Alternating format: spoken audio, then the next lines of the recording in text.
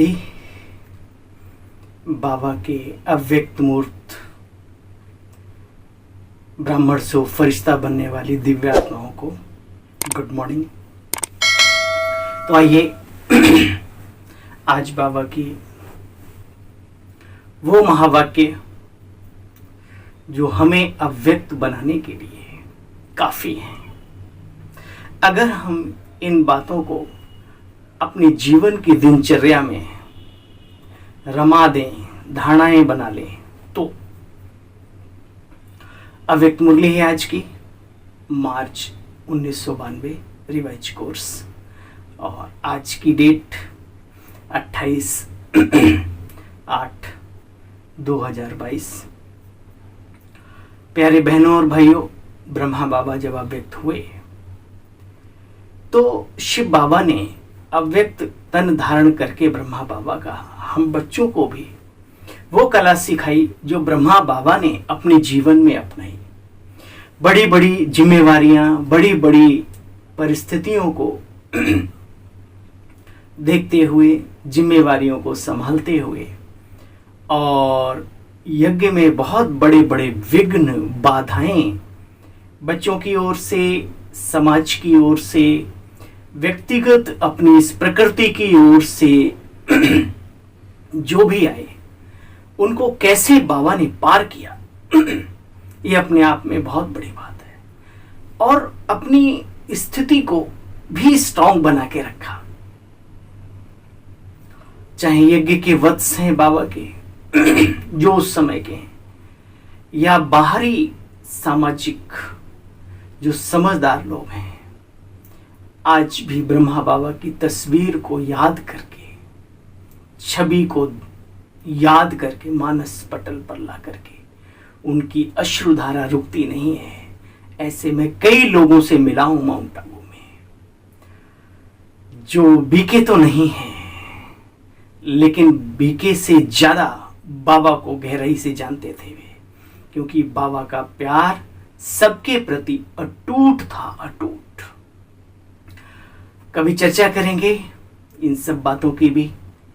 तो आइए सबसे पहले वो महावाक्यों का सार जो हमें अव्यक्त होने की ओर ले जाएंगे, निश्चिंतता हमारी बढ़ाएंगे, हमारे अंदर इंटरनल जो पावर है, आत्मिक, आध्यात्मिक या मनोबल जिसे दुनिया कहती है, वो बढ़ता है इन बातों से।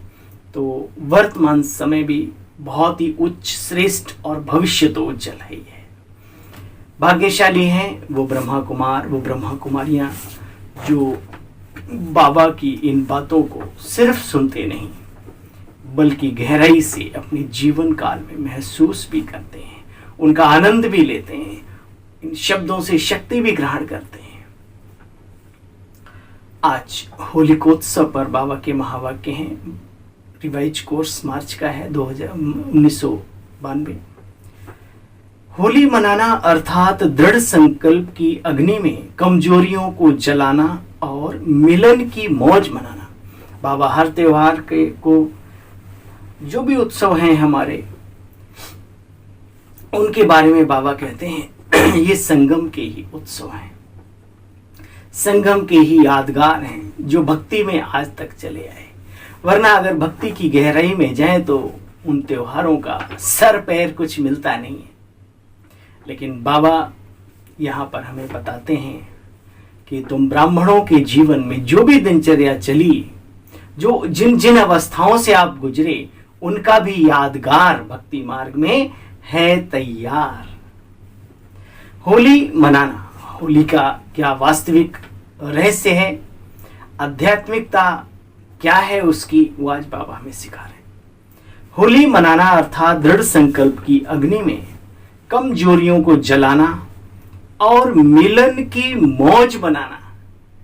कुछ न कुछ जलाते भी हैं और आपस में गले भी मिलते हैं होली के दिन, और खाते पीते हैं, मिठाइयाँ खाते भी, खिलाते भी, तो मौज मनाना। तो आज रूहानी बगीचे के मालिक, ये रूहानी बगीचा है बाबा का, पूरे वर्ल्ड में फैला हुआ है। इसका मालिक कौन है? भगवान।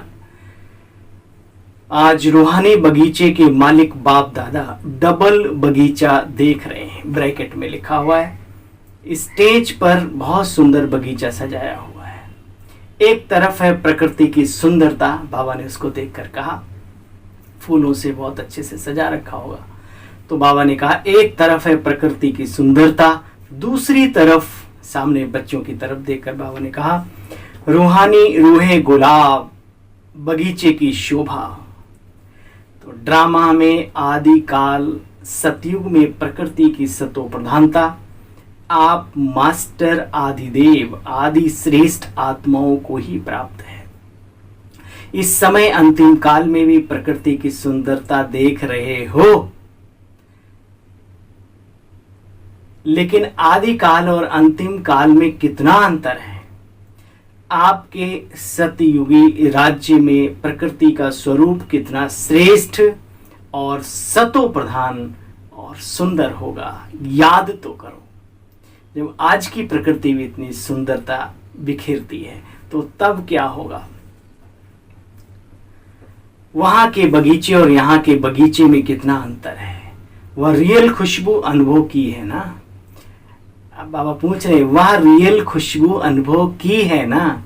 ये जो बाबा बोलते हैं वास्तव में बहुत सारी संदेशी आत्माएं ट्रांस में जाकर के वो रूहानियत, वो उस सतो प्रधान सतयुगी सुंदर संसार को दर्शन भी करके आते हैं और महसूस भी करके आते हैं, सूबे रस पी के आते हैं। बहुत कुछ मतलब जैसे हम स्वप्न में देखते हैं उसका रसास्वादन भी कर लेते हैं और लगता है कि हाँ जैसे वाकई में प्यास लगी हो। स्वप्न में तो एकदम आंख खोले तो वाकई में प्यास लगी होती है। ऐसे ही स्वप्न में जो कुछ भी दिखता है उनकी अनुभूतियां भी आत्मा कर लेती है। तो बाबा कहते हैं अनुभव भी किया है ना, क्योंकि वो साउंड और सीन सब कुछ इस प्रकृति में विद्यमान है। बाबा जिसकी बुद्धि की डोर खींच के दिखा दे ये उसका सौभाग्य है।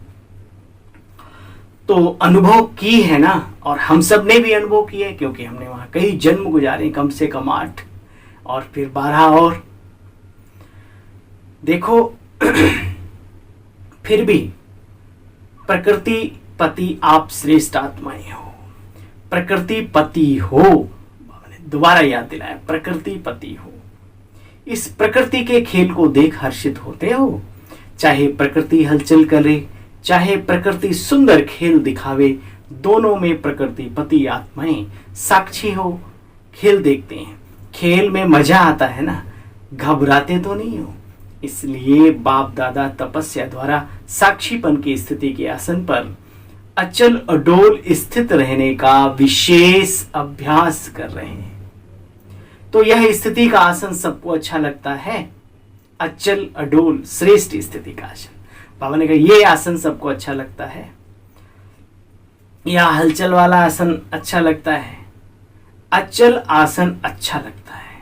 कोई भी बात हो जाए प्रकृति की चाहे व्यक्तियों की, दोनों अचल स्थिति के आसन को जरा भी हिला ना सके, इतने पक्के हो या अभी होना बाकी है।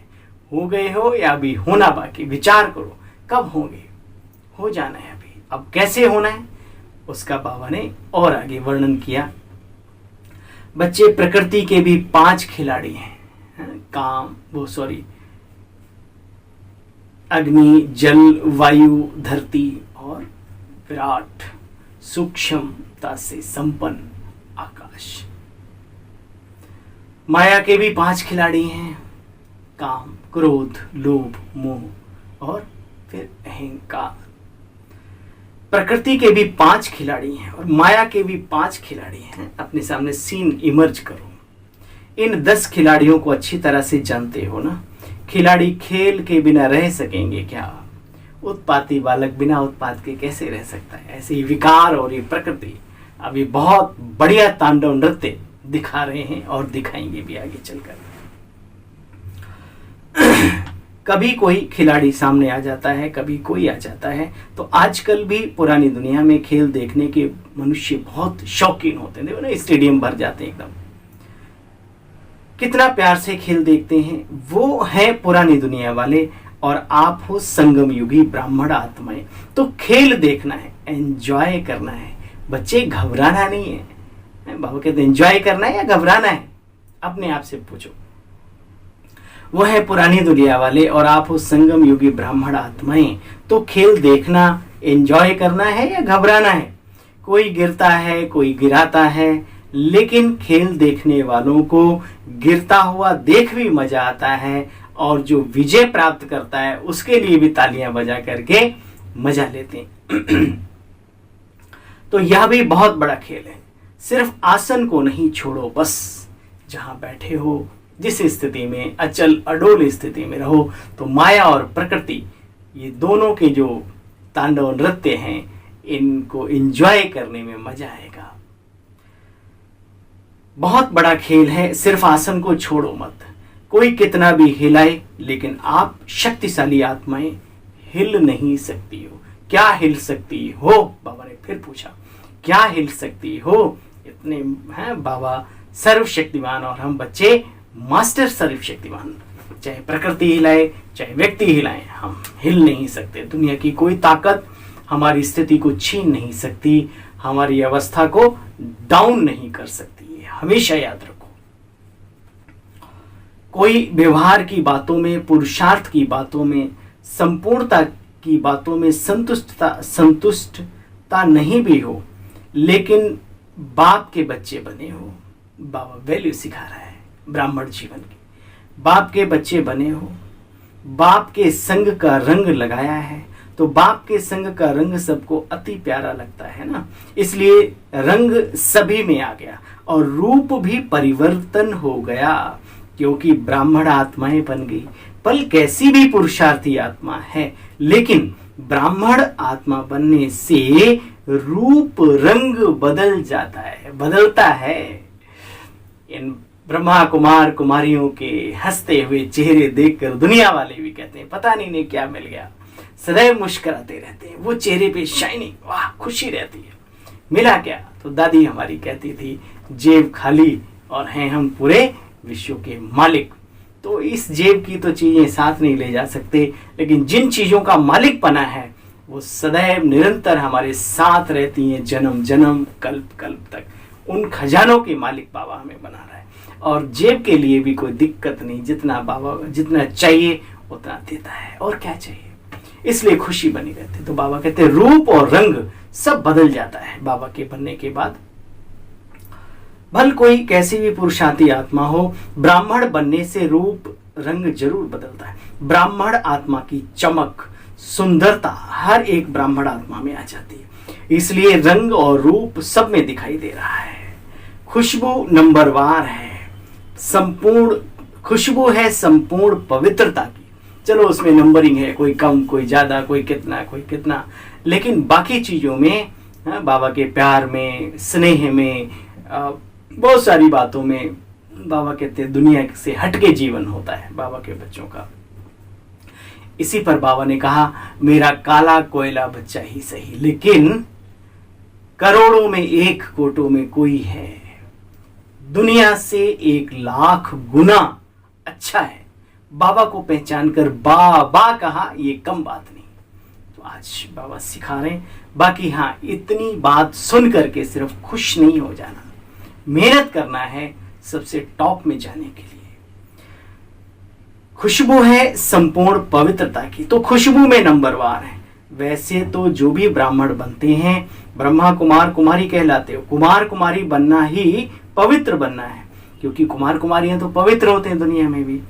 पवित्रता की परिभाषा अति सूक्ष्म है बच्चे। पवित्रता का मतलब सिर्फ ब्रह्मचर्य नहीं, तन से ब्रह्मचारी बनना, इसको ही संपूर्ण पवित्रता नहीं कहते। आप सुनो, मन से भी ब्रह्मचारी हो, अर्थात मन में भी किसी मन में भी सिवाय बाप के और किसी भी प्रकार का लगाव ना आवे। तन से भी ब्रह्मचारी, संबंधों में भी ब्रह्मचारी, संस्कारों में भी ब्रह्मचारी। इसकी परिभाषा अति प्यारी और अति गुहे है। अच्छा बच्चे, इसका विस्तार फिर सुनाएंगे। आज तो होली मनानी है, गुहे पढ़ाई नहीं है, आज मनाना है। बाबा ने कहा है, कि बाद में सुनाएंगे, अभी तो होली के प्रति बाबा मनाने के लिए आए हैं सब बच्चों के साथ। होली मनाने वाले कौन हो? होली हंस हो, बाबा ने टाइटल दे दिया आज, होली मनाने वाले होली हंस। होली हंस कितने प्यारे होते हैं, कितने प्यारे हैं। हंस सदा पानी में तैरने वाले होते हैं, होली हंस भी सदा ज्ञान रतन में तैरने वाले हो, ज्ञान जल में तैरने वाले हो। बाबा ने फिर उसका और भी गहरा अर्थ बताया, आगे सुनो। उड़ने वाले और तैरने वाले, हंस में दोनों क्वालिटी होती है कि वो उड़ भी सकता है और तैर भी सकता है। ऐसे हैं कई पक्षी जो उड़ते भी हैं और तैरते भी हैं।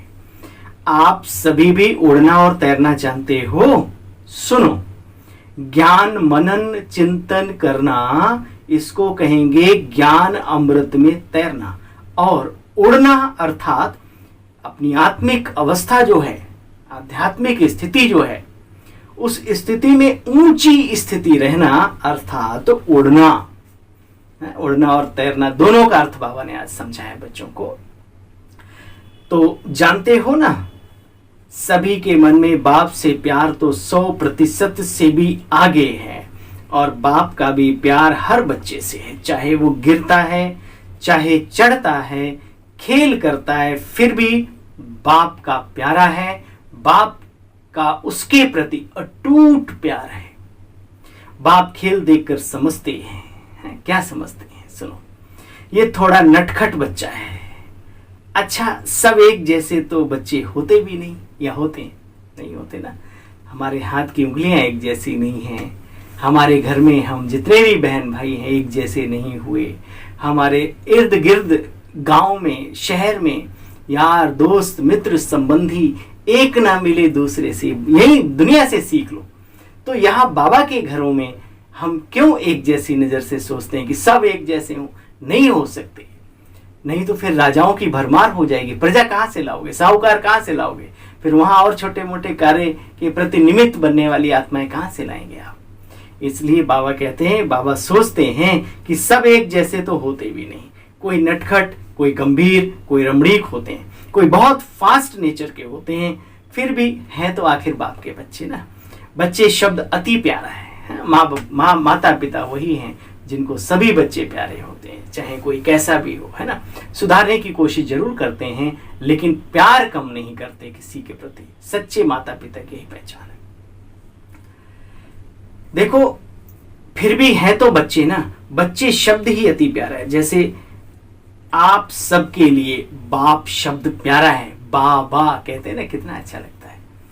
ऐसे ही बाप के लिए बच्चे प्यारे हैं।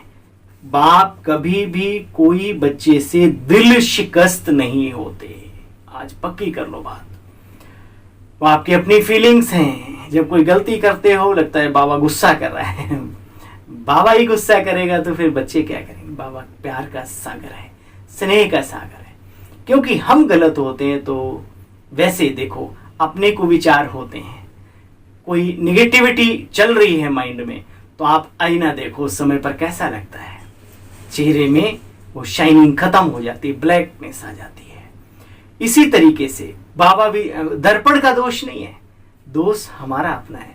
तो बाबा भी क्या है? बाबा तो जहां है जैसे है वो सदा है, लेकिन वो हमारी अवस्थाएं अप डाउन होती हैं।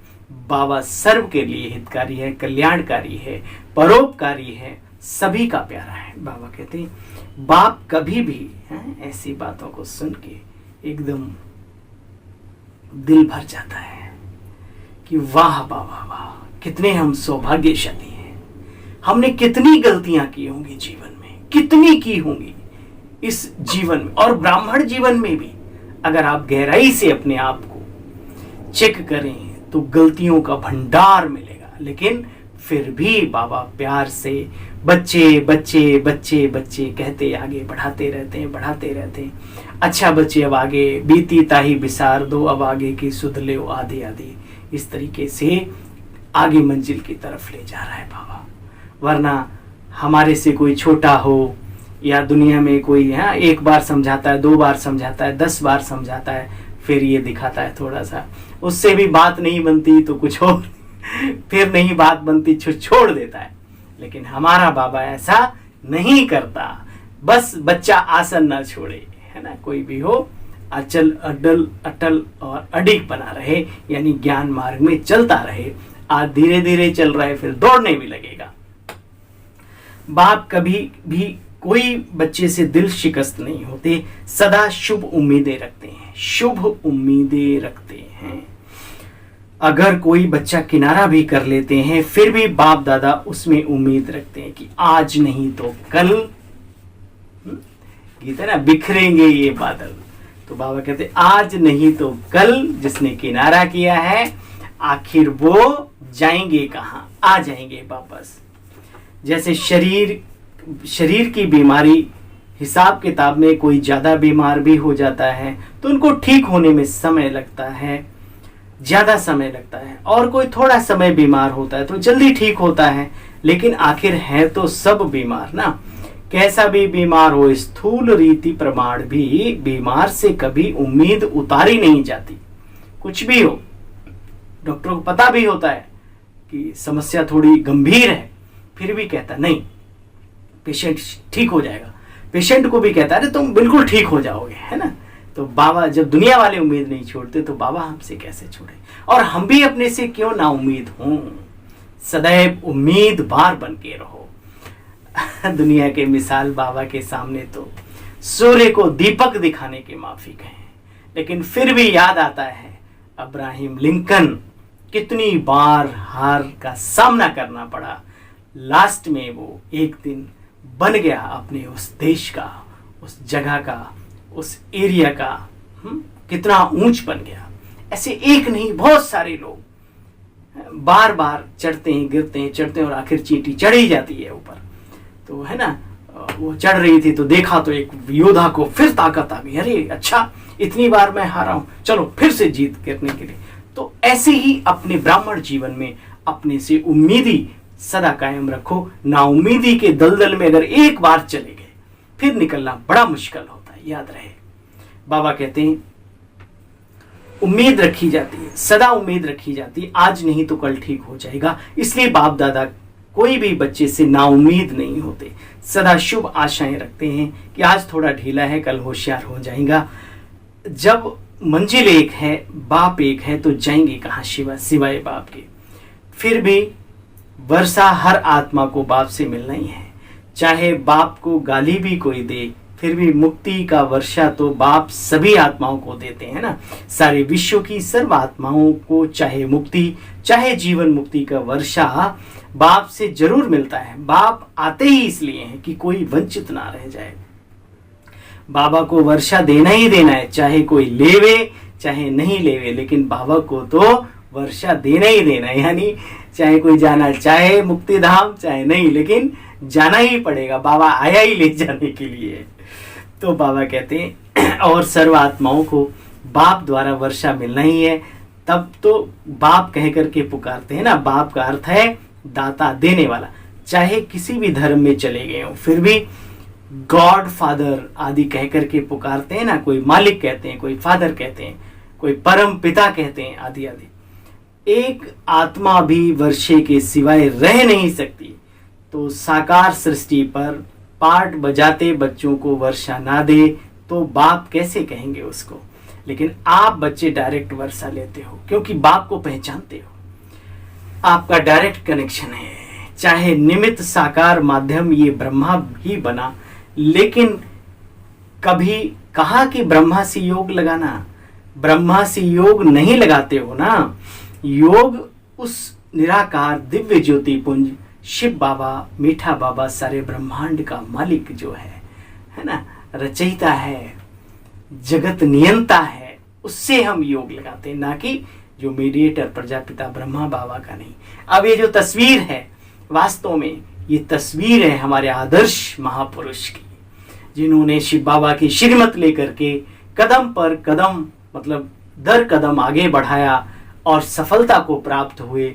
तो जिस सफलता को ये प्राप्त हुए हम भी इनके कदम पर कदम रखते हुए चलें तो हमें कोई दिक्कत नहीं आएगी। इसलिए हमारे आदर्श हैं, आदरणीय हैं, एक तरीके से सम्माननीय हैं, पूज्यनीय भी हैं, लेकिन यादनीय नहीं।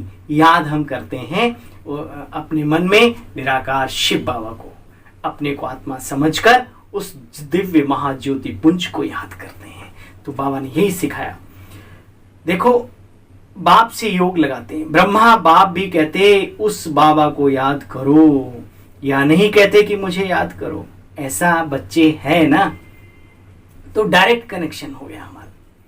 अच्छा, आज होली मना रहे हो, होली जलाई भी जाती बच्चे और मनाई भी जाती है। होली का हमारे इस ब्राह्मण जीवन में कई रूपों से बहुत सारा कनेक्शन है। अगर हम मनन चिंतन करें, पहले जलाते हैं, चक्कर भी लगाते हैं, है ना, फिर उसमें एक एक करके, एक साथ नहीं डालते, चक्कर लगाते जाते हैं, जयकारा बोलते जाते हैं, फिर एक एक आखट डालते हैं। तो बाबा कहते हैं योग की अग्नि में एक एक करके बुराइयां जलाते जाओ, जलाते जाओ, चक्कर भी लगाने वाले वही होते हैं भाई, हम चक्रवर्ती है ना, चक्कर लगाने वाले। दूसरा, फिर बाबा कहीं आपने देखा होगा गांव देहात में अग्नि होली के ले जाते हैं, और फिर होली पर फिर दोबारा वो पूरे वर्ष अग्नि धधकती रहती है।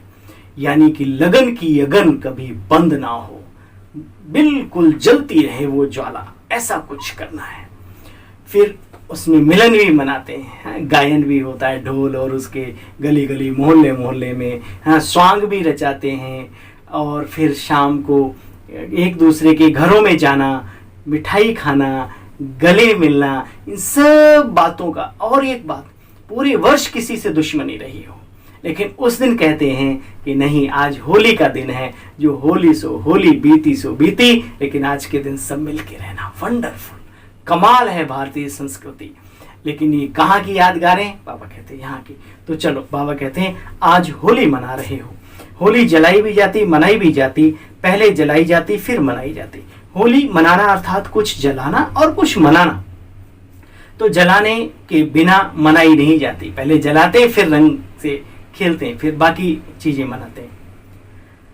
तो दृढ़ संकल्प की अग्नि द्वारा पहले अपनी कमजोरी को जलाना, तब मनाने की मौज का अनुभव कर सकेंगे। बाबा कहते हैं पहले अपने अंदर की कमजोरियों को नष्ट करो, दृढ़ संकल्प की तीली से लगा दो अग्नि लंका में, फिर ईश्वरीय आनंद का, मौज का अनुभव करेंगे। नहीं तो बाबा के बनने के बाद भी वैरे से रहते, अजीबोगरीब, लगता है इन्हें कुछ मिला ही नहीं, इनका सारा लुट गया है। ऐसे भी कई हैं जो सर्विस की बजाय डिसर्विस करने वाले कहलाते हैं, जिनके चेहरे से फिर वही सब दिखता है। तो बाबा कहते हैं कि देखो बच्चे, जलाने के बिना मनाई नहीं जाती। तो दृढ़ संकल्प की अग्नि द्वारा पहले अपनी कमजोरी को जलाना, तब मनाने की मौज का अनुभव कर सकेंगे। जलाया नहीं तो फिर मनाने की मौज का भी अनुभव सदा काल नहीं रहेगा। होली शब्द में जलाना भी है बच्चे और मनाना भी है। गीत भी गाते हो ना, होली मैं तो बाबा की होली। होली का एक अर्थ भी है कि मैं तो प्रभु की। एक बड़ा अच्छा सुंदर गीत है ना, लागा चुनरी में दाग, है ना, ये भी होली पे बहुत अच्छी से गाते हैं लोग, है ना। जाऊं कैसे घर जाऊं कैसे, है ना। और एक दूसरा भी गीत है, रंग दे रंग दे रंग दे, है ना। ये भी है कैसे प्रभु रंग में अपनी चुनरिया को रंगना है आत्मा रूपी। बाबा कहते होली के अनेक अर्थ हैं। बीती सो बीती, और फिर क्या कहते हो, मैं तो बाप की होली। तो पक्के हो ना, क्योंकि बाप दादा ने सबका तपस्या का पोता मेल माना हिसाब किताब, चिट्ठा देखा। तपस्या अगर कभी भी कम हुई, उसका कारण क्या बना जानते हो? बीती को बीती करने में बिंदी के बजाय क्वेश्चन मार्क लगा दिया। कुछ ऐसा हो गया, उसको फुल स्टॉप लगाओ और आगे बढ़ो। क्यों हुआ, कैसे हुआ, अब जो हो गया उसके पीछे चिंतन करते हैं। बहुत सारी कहावतें हैं। बाबा कहते हैं मान लो सांप चला गया, अब सांप तो चला गया, तब तो मारा नहीं गया, मारना तो तब था। अब लाठी पीटने से क्या फायदा अपनी लाठी टूटेगी। इसलिए समय निकल गया, चलो उसमें हार भी गया, तो उसको बार बार चिंतन में लाने से आप दोबारा हार की तरफ नहीं जा रहे हैं क्या? इसलिए बीती ताही बिसार दो, उसको पॉइंट लगाओ, बिंदी लगाओ, उसको हटाओ। दूसरा कहते हैं कोई गंदगी मान लो, तो उसको क्या कहें, मिट्टी डालो ताकि वो सूख जाए, बदबू खत्म हो जाए। उसमें बार बार कंकड़ी मारेंगे तो अगर कुछ ऐसा है, बार बार गंदी बातों को याद करेंगे, गिरे हुए समय को याद करेंगे तो क्या होगा? विचार करो। तो बाबा इन चीजों को भी हमें इस जीवन में सिखा रहे हैं। सीख लो, यही पुरुषार्थ है आगे बढ़ने का। बाबा कहते हैं देखो बच्चे क्वेश्चन मार्क लगा देते हैं, छोटी सी गलती करते हैं, जिसको याद करना है उसको भूल जाते हैं, और जिसको भूलना है उसको याद करते रहते हैं। जिन बातों को याद करना है, कितनी अनुभूतियां हुई हैं ब्राह्मण जीवन में, श्रेष्ठ उच्च शिखर की, उन्हें याद करो ना आप। देखो बच्चे, कई कहते हैं भूलना तो चाहते हैं, बाबा कहते हैं बच्चे होली कर दो आज। जिन बातों को भूलना चाहते हो उनका बिल्कुल खत्म कर दो, अंश मात्र में जला दो, अंश से भी खत्म कर दो। ज्ञानी तो आत्मा होना, ज्ञानी का अर्थ होता है समझदार। तो आप तीनों कालों से के समझदार हो, इसलिए होली मनाना अर्थात इस गलती को जलाना। जो भूलना है सेकंड में भूल जाए, जो याद करना है सेकंड में याद आ जावे। मनुष्य की नेचर बड़ी अजीबोगरीब है। कोई ऐसी बात हो जाए मरते दम तक याद रखते हैं, और कितनों से प्यार मिला, कितनों से सम्मान मिला, सत्कार मिला, आगे बढ़ने के लिए कितना सहारा मिला, वो सब भूल जाते हैं। और किसी ने थोड़ा सा कुछ बिना बात के कह दिया जो आपको हजम नहीं हुआ, वो डकारे मारते रहते हैं। वंडर है, नुकसान किसका है? इतने समझदार बनो कि मेरा नुकसान किस बात को सोचने में है, मेरा फायदा किस संकल्प को रचने में है। इतने समझदार तो बनो, मतलबी हो जा अभी संगम पर, इसमें कल्याण है। जीवन है अपना और दूसरों का भी। पक्के संग का रंग कौन सा है? इस होली से सदा बाप के संग के रंग की होली मिलन मनाते रहेंगे। सबसे पक्का रंग कौन सा है जानते हो? स्थूल रंग भल कितने भी पक्के हो, लेकिन सबसे श्रेष्ठ और सबसे पक्का रंग जानते हो? बाप के संग का रंग। ये संग का रंग वाकई में बहुत ही गजब का है। जिन्हें लग गया प्रभु प्रेम का रंग, उनका जीवन हो जाता है रंगीला, रंगीन, दिव्य गुणों से, दिव्य शक्तियों से, अनेक प्रकार की सिद्धियों से। और जो व्यर्थ का संग लगा लेते हैं संगम पर, वो तो फिर दलदल में जाते ही जाते हैं। तो इस रंग से मनाओ। आपका यादगार जानते हो? गोप गोपियों की होली मनाने का है। मथुरा की होली बहुत फेमस है ना। लठ मार भी है, कीचड़ मार भी है, और भी कलयुग में उसके रूप बदल गए, वरना ये त्योहार भी अति श्रेष्ठ। मैंने कहा ना, रंगों से खेलते थे, फिर नहा धो के आपस में गले मिलते थे, हर बहुत ही स्नेह प्यार वाला। बाकी समय के साथ बहुत चीजें बदल जाती हैं। तो बाबा कहते हैं कि गोपियों की होली मनाने का है। उस चित्र में भी क्या दिखाते हैं? बाप और आप दोनों संग संग होली खेलते, एक एक गोपी के साथ गोपी बल्लभ दिखाते हैं। हर बाबा के बच्चे की अनुभूति कि बाबा मेरा है। इस संगम के मिलन मनाने की मौज का यादगार है होली का त्योहार। तो यह संग हो गया ना, साथ व संग अविनाशी होली है। बाप के संग के रंग की यादगार होली रास के रूप में भी दिखाई है। तो होली मनाने आती है ना। यह हो गया, क्या करूं, कैसे करूं, चाहते तो नहीं हैं, लेकिन हो जाता है डॉट डॉट डॉट, ये क्वेश्चन मार्क आदि है ना। ये जब मन में चलते हैं तो मजा नहीं आता। आज से इन बातों की होली को चला दो, समाप्त कर दो। ये है सच्ची होली मनाना। मास्टर सर्वशक्तिमान आत्माएं कभी यह सोच नहीं सकती कि हम चाहते कुछ हो कुछ और जाता है, या ऐसे ये करूं वो करूं, दुविधा में दोनों गए माया मिली न राम, इधर चलूं या उधर चलूं। अरे बाबा मिला है, सफर मिला है, फिर भी इधर उधर दुविधा में दोनों गए माया मिली न राम। तो ये अवस्था को खत्म करो और आगे बढ़ो। जो सफर बाबा ने दिया है उस पर भरोसा करो, उस पर विश्वास करो। फ्लाइट में उड़ते हो, जिसको जानते नहीं, जिसके साथ कोई तुम्हारी रिश्तेदारी नहीं, कितने आराम से बैठते हैं, हाँ ये मुझे मेरी मंजिल पे पहुंचाएगा। और वो ऊपर वाला जो सदा ही हितकारी है, सदा ही कल्याणकारी है, उसकी बातों पर भरोसा नहीं, फिर कब करेंगे, किस पर भरोसा करेंगे? बाबा कहते अच्छा। विदेशियों से बाबा ने मुलाकात की, विदेशी भाई बहनों से। उसका भी बाबा ने अच्छे से कहा, बच्चे कंबाइंड रूप में रहो तो अवस्था अच्छी रहेगी, आदि आदि सेवाएं जो वहाँ होती हैं उनकी चर्चा की बाबा ने। अभी हम बाबा का याद प्यार सुनेंगे डबल। तो पहले सुनेंगे नए बच्चों के लिए बाबा ने याद प्यार दिया। कल्प पहले का वर्षा लेने के लिए नए नए बच्चे भी पहुंच गए हैं। इसके लिए बाप दादा वेलकम कर रहे हैं और नए बर्थडे की मुबारकबाद भी दे रहे हैं। अच्छा, फिर बाबा ने सभी को याद प्यार दिया। चारों ओर के सर्व कंबाइंड स्थिति में स्थित रहने वाले, सदा कंबाइंड सेवा में अथक सेवा के निमित्त बनने वाले, सदा बीती को बीती कर बाप के संग के रंग की होली मनाने वाले, होली हंस आत्माएं उड़ते भी हैं और तैरते भी हैं ज्ञान अमृत में, सदा तीनों काल के वर्षे की खुशी में रहने वाले, सदा साक्षी बन प्रकृति और माया का खेल देखने वाले। याद करो, बाबा ने कहा 5 खिलाड़ी इधर 5 खिलाड़ी इधर, माया के और प्रकृति के दोनों अपना खेल दिखाते हैं, तो एंजॉय करो, घबराओ नहीं इनसे कभी। तो प्रकृति वो भी है, प्रकृति ये भी है ना।